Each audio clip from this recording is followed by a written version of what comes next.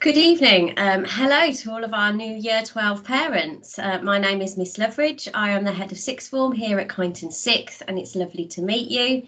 The purpose of today's event is to just give you a little bit of information about what you can expect for your child during their time here at Kineton 6th form, but what also we need from you as parents to make sure that their time here is as successful as it can be.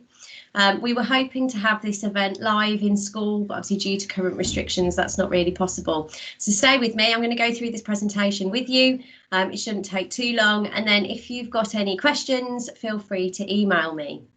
So who's who? Obviously, I've just introduced myself. I am Miss Laveridge. I'm the head of sixth form. I've been the head of sixth form here for 3 years. Our sixth form has been on an incredible journey in those 3 years. We have made incredible leaps forward in terms of our attainment, our progress, and the culture within the sixth form. And we are continuing to build on those improvements. And part of that kind of process has been Mrs. Moore, our supervised study tutor. Mrs. Moore has daily contact with all of our sixth form students in both year 12 and 13.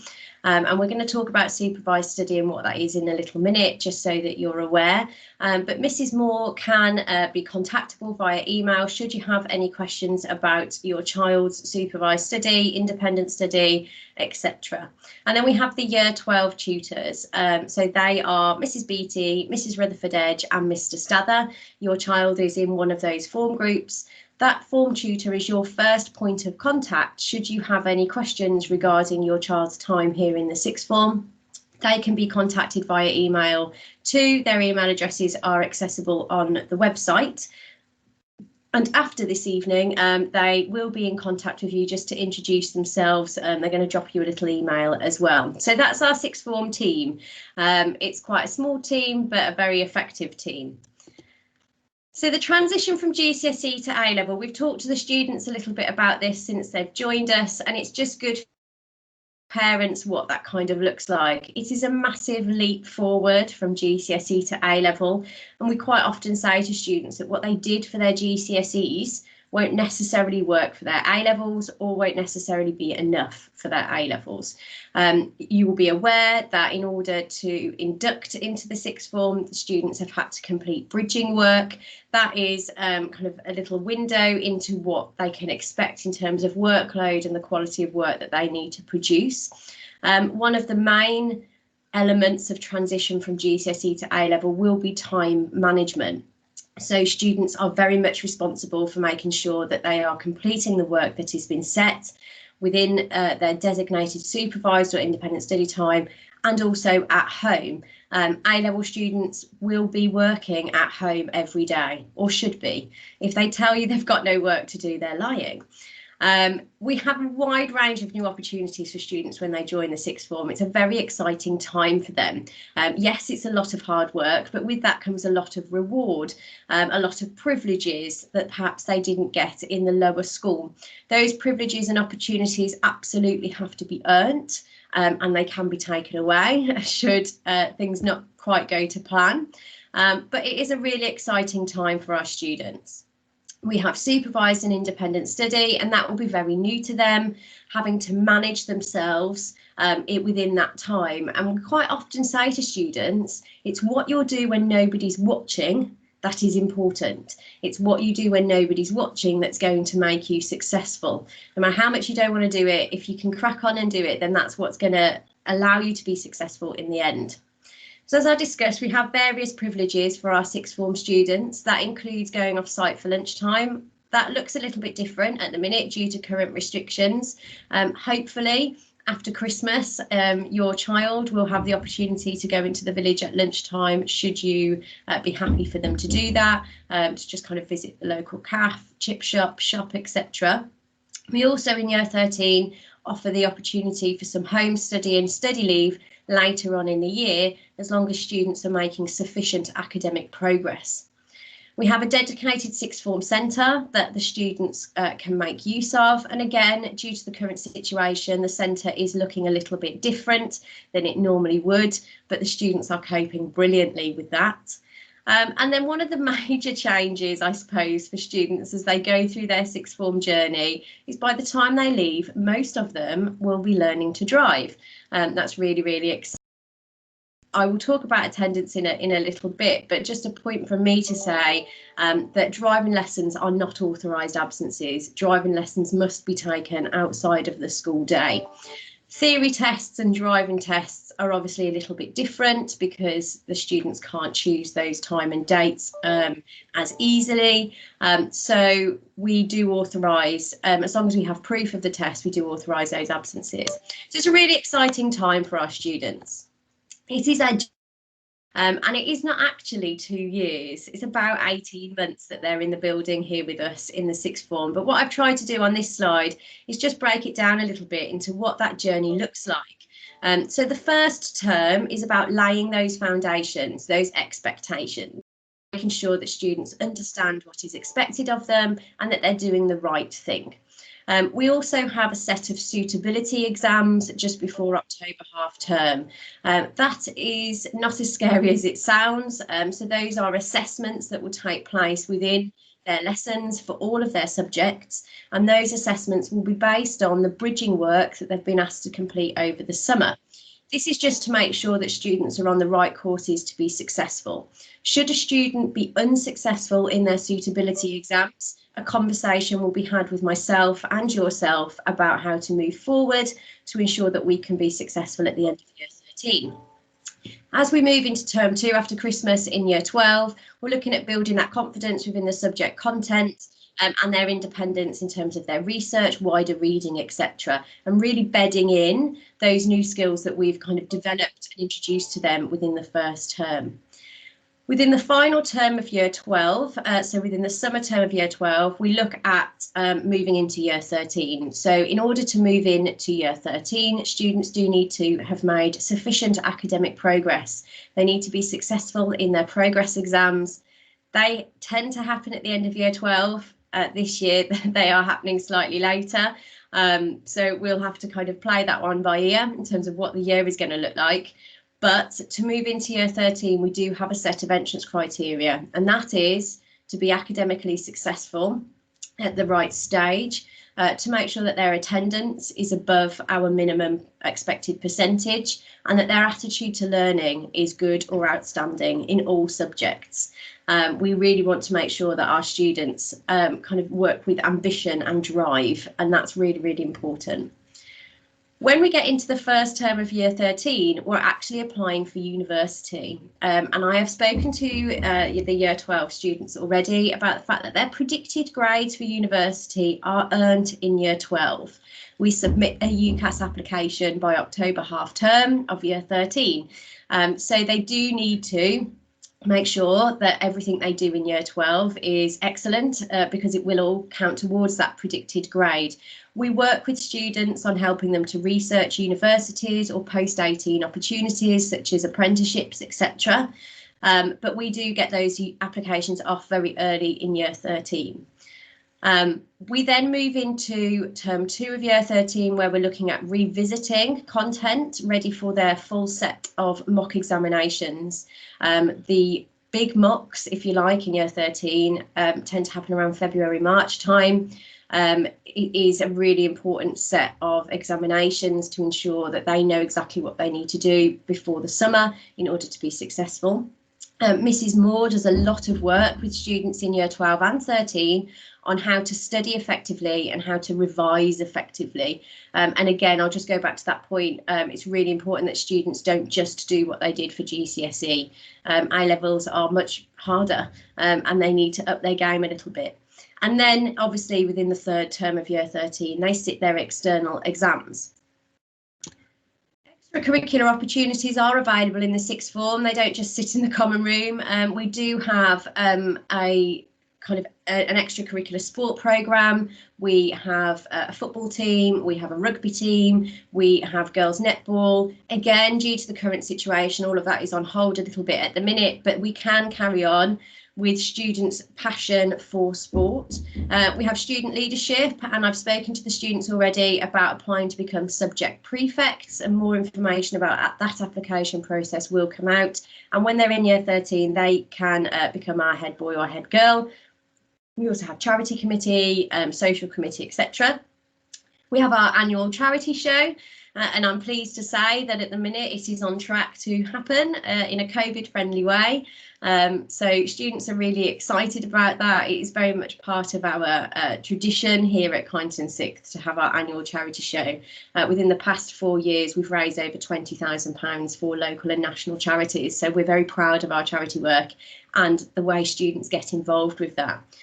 Flexible learning days are still a thing in the sixth form. They are compulsory, they are not optional, and we use them to complement our character and culture curriculum. We look at skills such as budgeting for when they leave home, how to cook for themselves, CPR, very, very important things on flexible learning days.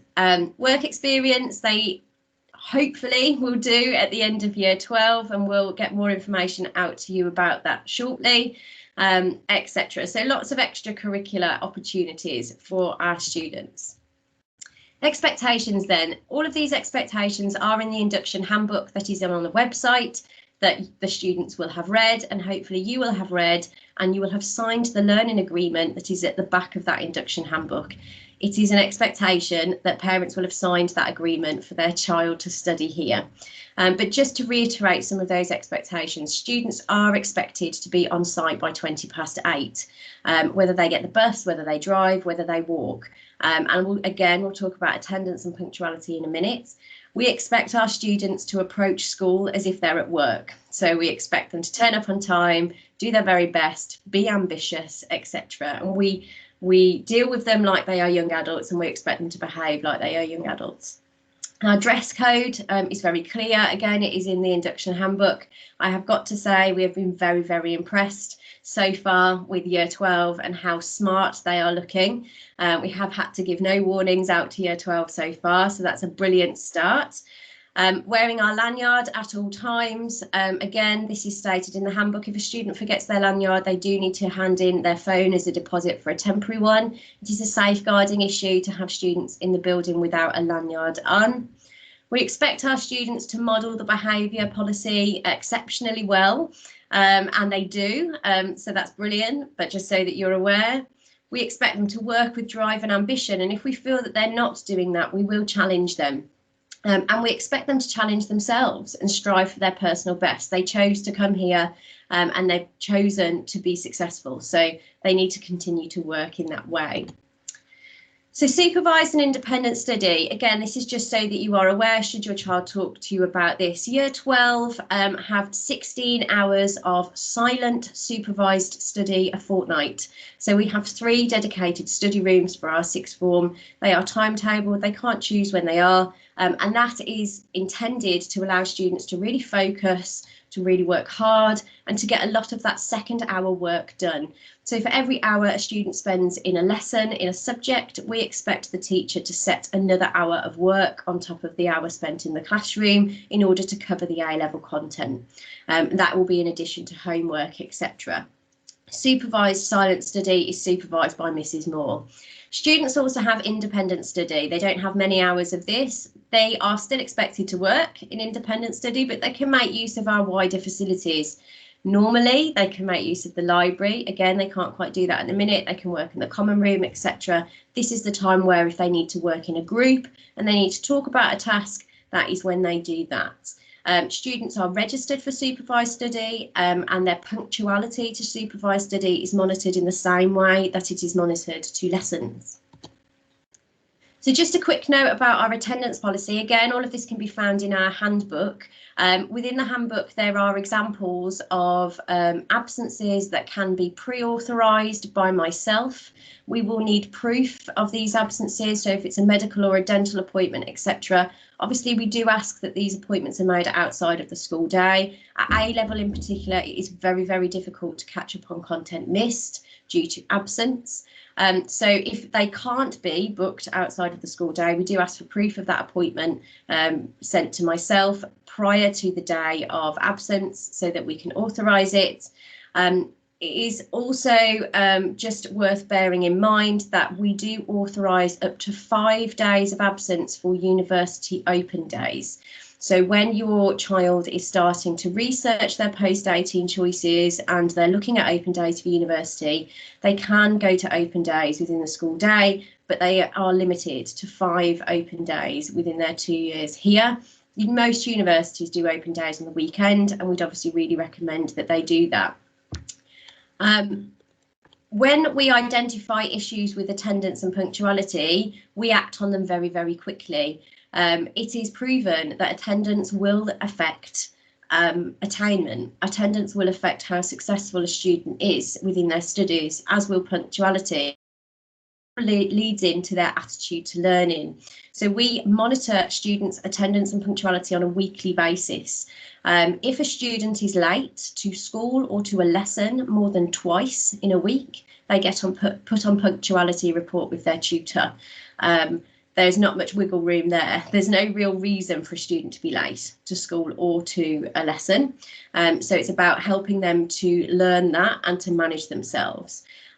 If a student's attendance starts to fall below 95%, and that includes authorised and unauthorised absences, then they will start to have back to work meetings with a member of the sixth form team after every subsequent absence. And if we start to become concerned, we may ask you to come in just to discuss that, because what we want is our students to leave here at the end of year 13 being as successful as they can.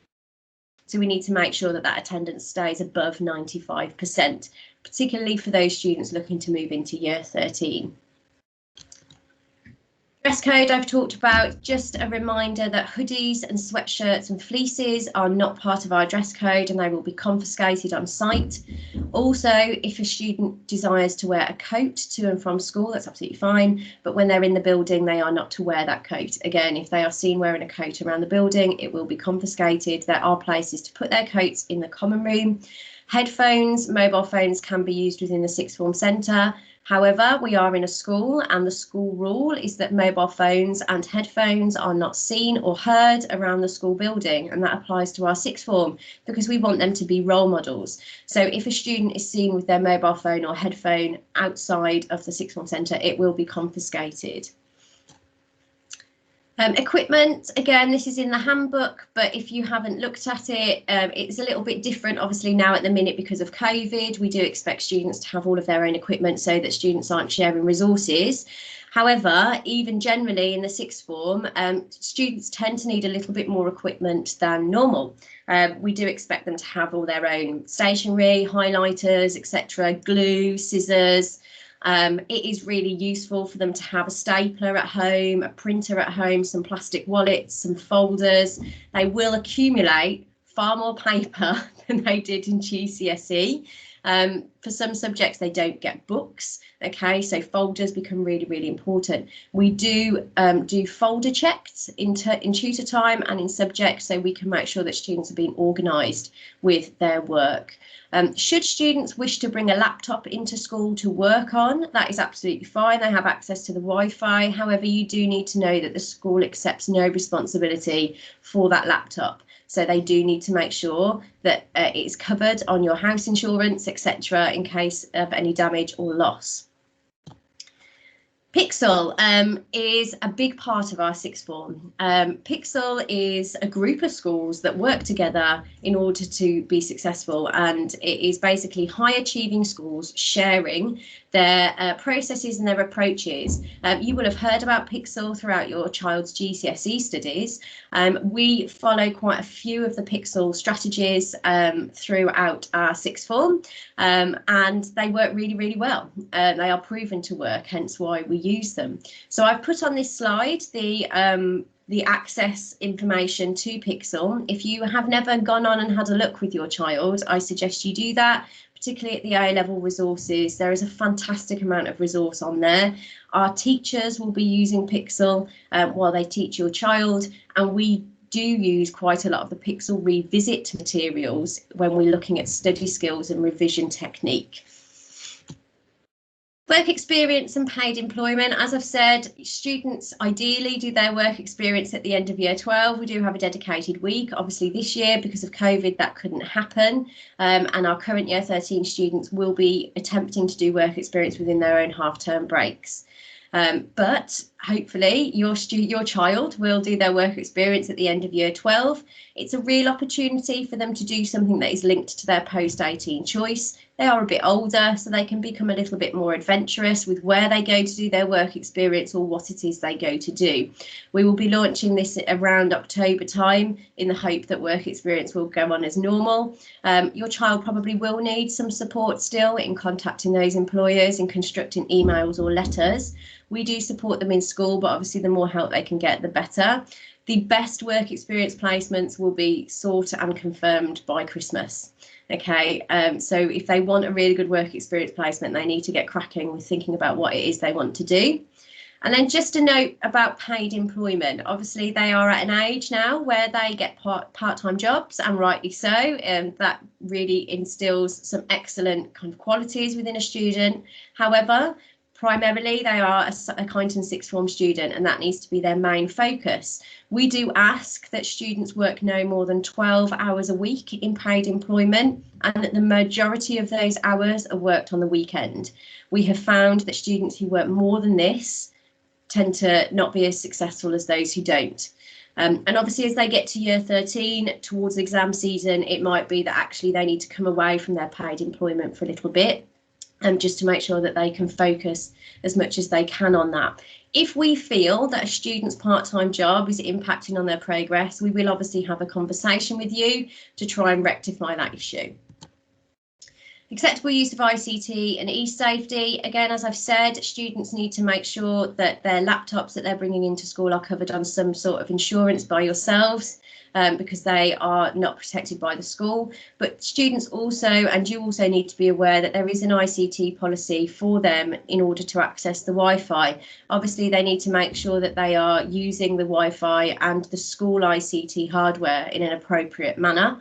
A breach of this policy would be dealt with quite severely. So just having a conversation with your child about what is appropriate to be doing on their laptops, etc., and what is not, and obviously we do the same, would be beneficial. The 16 to 19 Bursary Fund. This is a fund, a government fund that is available for students who are in further education, so A-levels or college, in order to help them if they face financial difficulty. So students aged 16 to 19 can apply for the bursary. So it is the student that applies for the bursary. There is it's a low income bracket. There are criteria.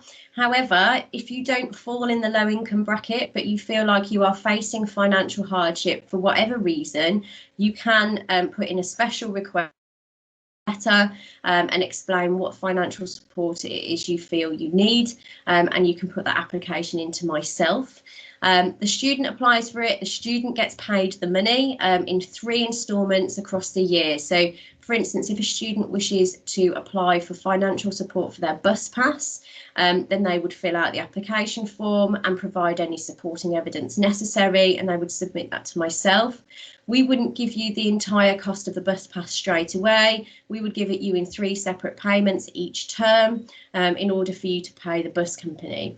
So the information about the Bursary Fund is on our website, on the Kineton sixth form section of the website. You can download that. The application form is on there as well. It is dealt with completely confidentially. It is there. It's there for a reason. So if you feel like you need it, please use it.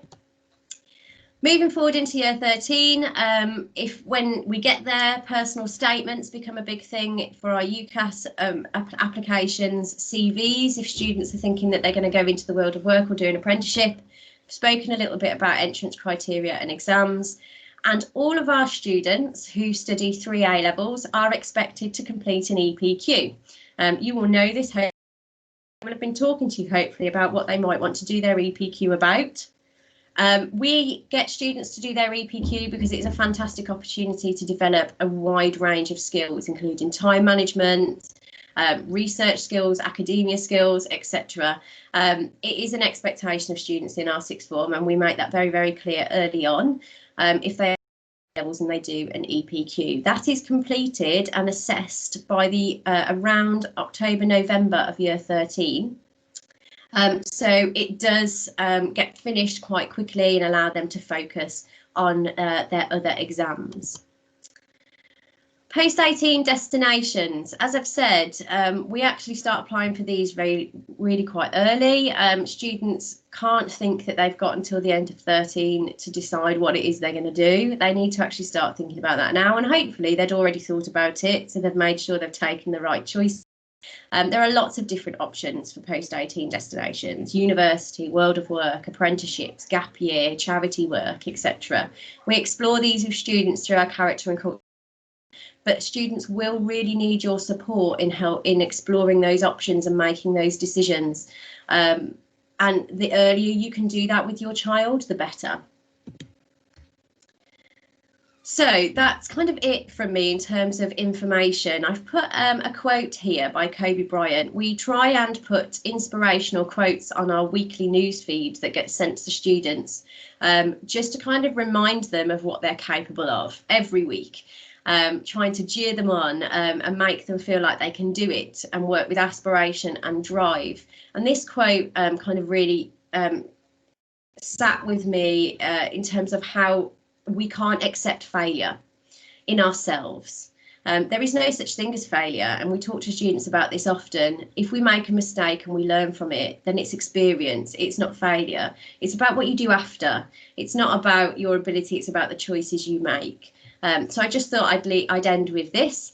If you've got any questions about anything that has been discussed this evening or any aspect of the sixth form, please email me. If you've got any questions about your child's progress or how they're settling in, please contact their form tutor in the first instance. I hope you found this evening useful, and I look forward to seeing you in person soon.